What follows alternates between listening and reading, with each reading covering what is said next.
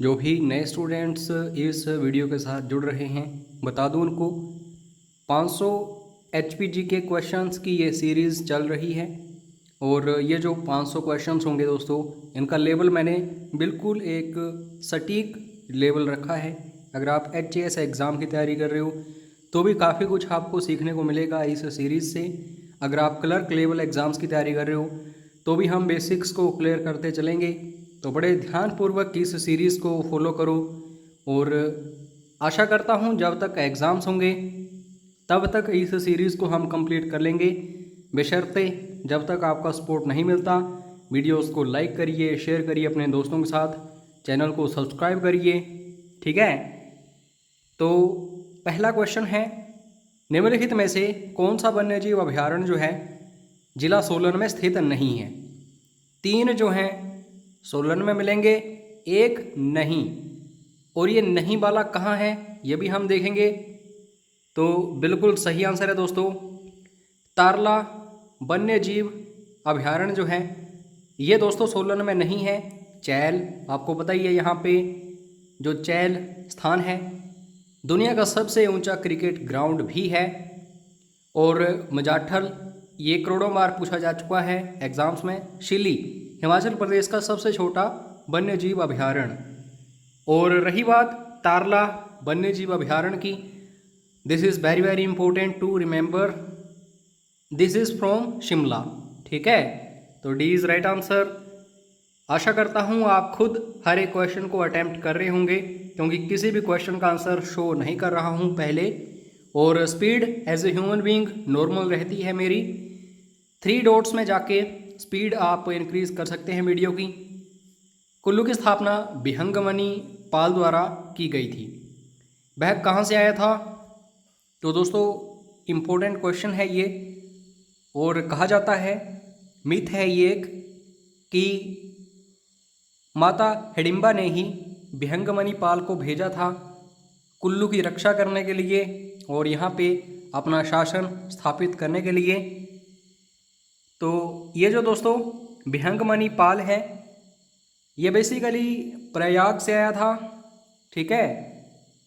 इस समय यूपी में है ये। और इसने जैसे ही यहाँ पे अपना शासन स्थापित किया था तो नगर को अपनी राजधानी बनाया था। बाद में जाके चेंज हुई थी जगत सुख। जगत सुख 12 राजाओं की पीढ़ियों ने अपनी राजधानी बनाई थी। तो इस तरीके से आपको याद रखना है।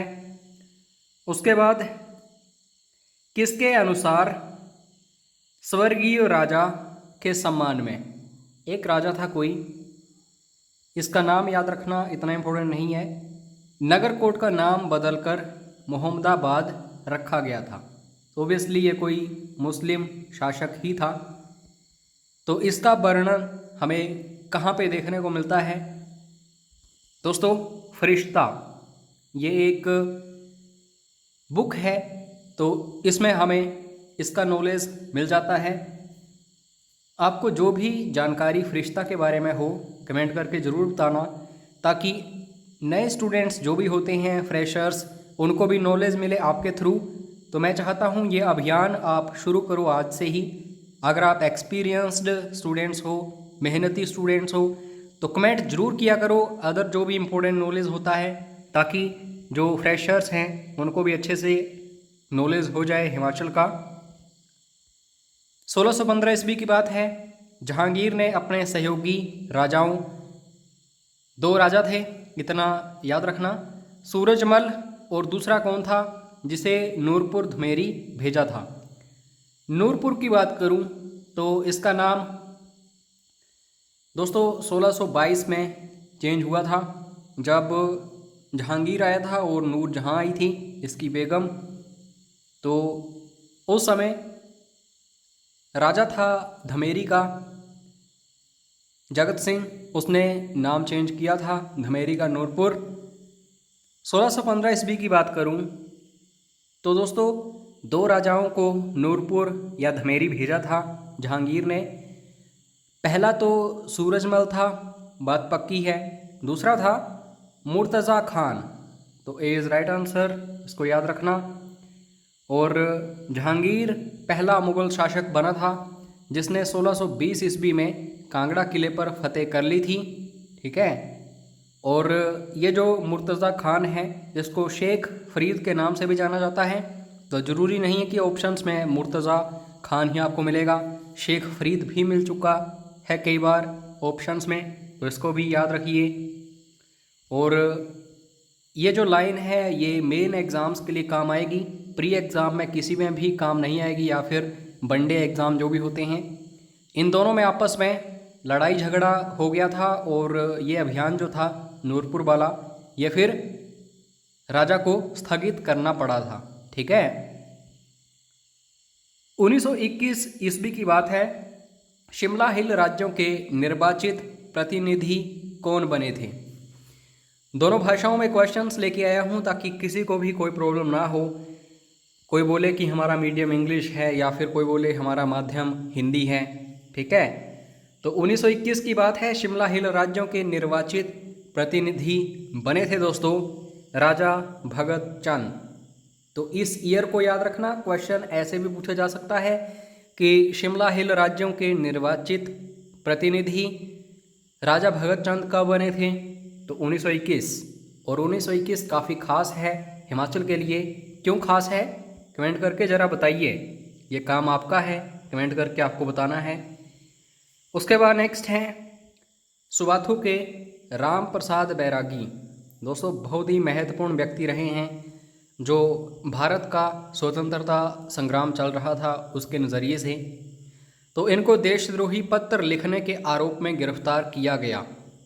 इनका काम क्या था दोस्तों? एक इन्होंने गुप्त संगठन बनाया था। ये कुछ एक ऐसे पत्र लिखते थे जो कि देश प्रेम जगाते थे हर एक नागरिक का, और अंग्रेज़ों के खिलाफ विद्रोह करने में फिर आसानी होती थी। तो इन्हें पकड़ा गया था, गिरफ्तार किया गया था और एक जेल में डाला गया था। फिर उसके बाद फांसी इन्हें चढ़ा दिया गया था।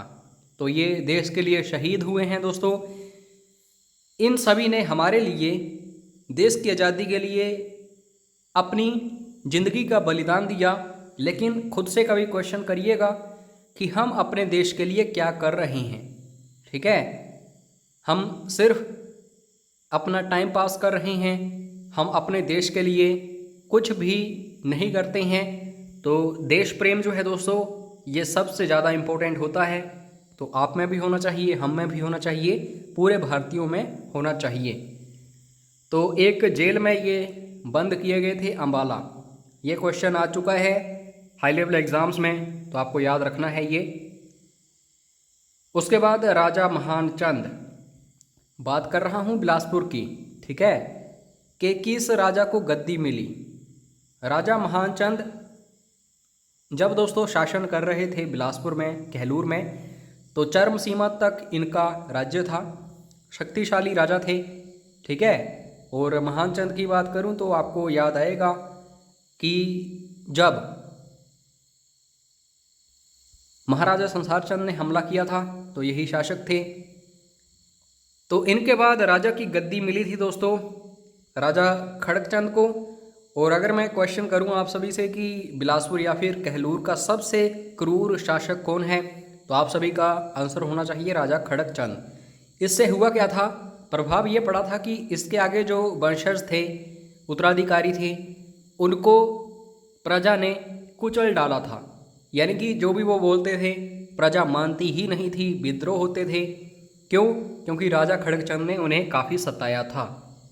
तो ऐसी चीज़ें भी आपको अच्छे से देखनी पड़ेंगी। अगर आप हिस्ट्री याद करना चाहते हैं तो इंटरेस्टिंग बनानी पड़ेगी हिस्ट्री।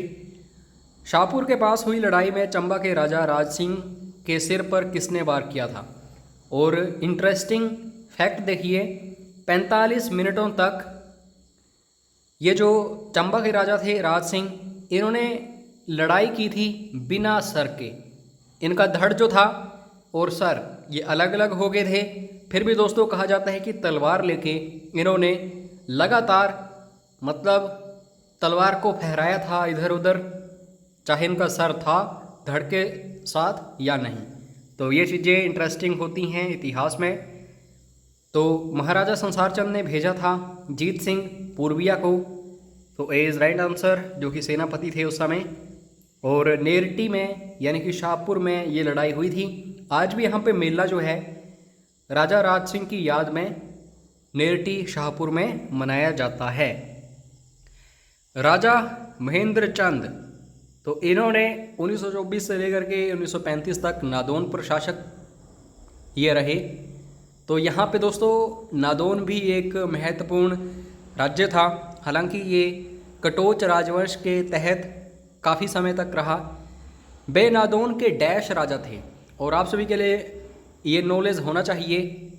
आपको बताना चाहता हूँ, नादौन राजधानी बनाई थी घमंड चंद ने, ठीक है।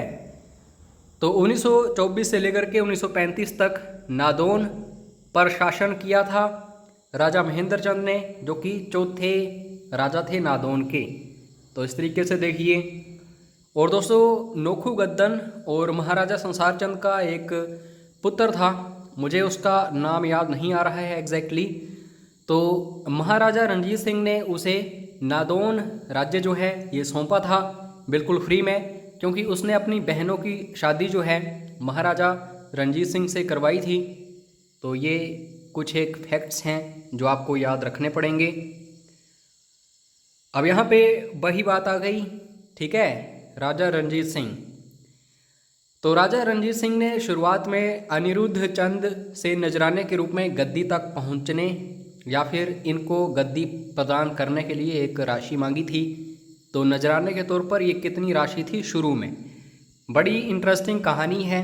महाराजा संसार चंद जिस स्पीड से जा रहे थे, 5 सालों के अंदर अंदर वो महाराजा रणजीत सिंह को हराने वाले थे। यानी कि लाहौर तक जाना चाहता था महाराजा संसार चंद, लेकिन खतरे में पड़ गया उनका शासन जब गोरखा आए, ठीक है।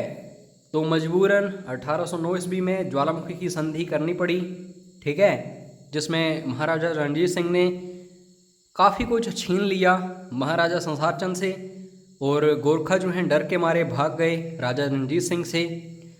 फिर महाराजा संसार चंद सदमे में आ गए, बर्बाद हो गए, मृत्यु हो गई।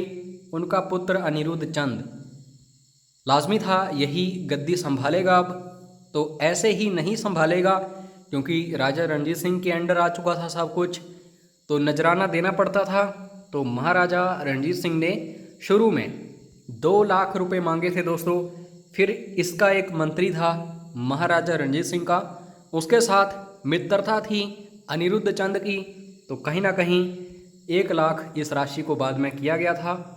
इसको भी अच्छे से देखिए। गुलेर के राजा मानचंद की मृत्यु किस स्थान पर हुई थी। तो ये इतना इम्पोर्टेंट क्वेश्चन नहीं है, लेकिन हाई लेवल एग्जाम्स में पूछ लिए जाते हैं क्वेश्चंस। तो बनारस में राजा मानचंद की मृत्यु हुई थी, जो कि गुलेर का एक राजा था, और 1661 ईस्वी की बात है। बाकी याद रखना, गुलेर की स्थापना हरिचंद ने की थी, और हरिचंद शासक था कटोच राजवंश यानी कि कांगड़ा का। लेकिन दोस्तों शिकार करते समय कुएं में गिर गया था, बेहोश हो गया था। इसके भाई ने वापिस आके शासन संभाल लिया, क्योंकि उसको लगा कि जानवर ले गए हैं हरिचंद को और मार डाला है। लेकिन कुछ समय बाद हरिचंद वापस आया और इसने फिर से शासन करने के बजाय एक नए राज्य की स्थापना कर दी, गुलेर। तो इसे अग्रज भी माना जाता है कांगड़ा का, जो गुलेर है। 1520 या फिर 1520 का किला जो है किसने बनवाया था। तो बिल्कुल सही आंसर है दोस्तों, मान सिंह ने 1520 का किला बनवाया था। दतार चंद नाम से ही पता चल रहा है कि जो राजधानी या फिर इन्होंने एक राज्य स्थापित किया था दतारपुर, तो वो इम्पोर्टेंट है, ठीक है। एग्जामिनर आपको ये नहीं पूछेगा कभी भी कि दतारपुर की स्थापना किसने की थी, क्योंकि नाम से ही हमें हिंट मिल रही है दतार चंद। लेकिन क्वेश्चन पूछा जाता है कि किस ईयर में इसकी स्थापना हुई थी, यानी कि दतारपुर की। तो बिल्कुल सही आंसर है दोस्तों 1550 ईस्वी, और आसान है याद रखना, ठीक है, इतना टफ नहीं है। बाकी ओगला, फाफरा, बाथू और कोदरा, दोस्तों ये क्या चीज़ें हैं, क्वेश्चन ऐसे बन सकता है। तो आप सभी को याद रखना है, ये हैं फसलें। दूसरा क्वेश्चन पूछा जा सकता है, ओगला, फाफरा, बाथू, कोदरा का संबंध किस जिले से है? किन्नौर याद रखो। लेकिन दोस्तों यहाँ पे क्वेश्चन को इतना डीप लेके गए हैं कि कोई भी स्टूडेंट पजल हो सकता है। ओगला, फाफरा, बाथू, कोदरा किसकी फसलें हैं? तो ये दोस्तों मिलेट्स, ठीक है। तो डी इज़ राइट आंसर। और जहाँ तक मुझे लग रहा है दालें इसका आंसर होगा, तो डी इज़ राइट आंसर। उसके बाद नेक्स्ट है, मदन कोट किसके गढ़ था?